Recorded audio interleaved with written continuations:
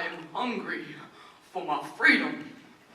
They charged me with obstructing traffic. I was just holding a sign on the sidewalk. It was cold that day.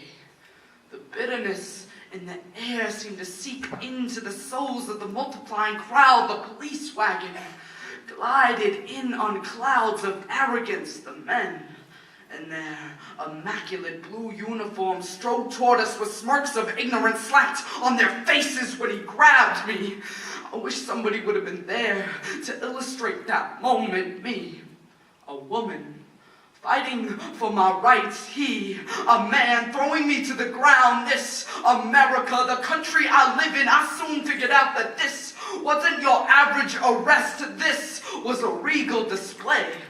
How always the weak and the vulnerable get turned into the violators, how the oppressors are never left with the charges, only the oppressed. As they clenched their fists, we clenched our signs. We all stood tall that day.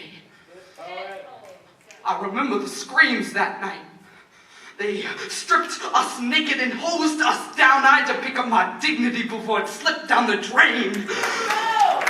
They refused to give me a fair trial, so I revolted. They placed me in this metal box like a beast. When I signed up to fight for suffrage, I did not know that it would entail my own suffering. Yesterday I was force-fed.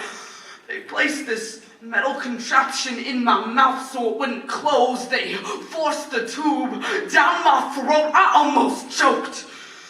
The easiest way to die in solitary confinement is to simply not eat. Give me liberty or give me death. They think I'm psychotic, but they just don't understand that I'm just hungry for my freedom. Freedom is my mother's finish line. Her gender has had to fight for generations, hoping that the next will propel them just a little bit closer to success. They carry that hunger that still presides in their stomachs, the taste of blood and injustice in the mouth, and the scabs that formed rugged deserts on the lips of iron-jawed angels that fought before them. Those women who sacrificed their lives just to fight for the right to vote. Yet that line still lingers in the distance.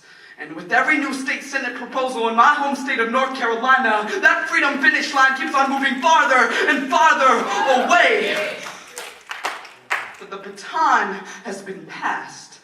The responsibility now lies within our hands. We need a change in this country, equality now, but who's going to be the next catalyst? The next Susan B., the next Alice Paul? When was the last time any of us went to prison for something we believed in? Oh, what's that?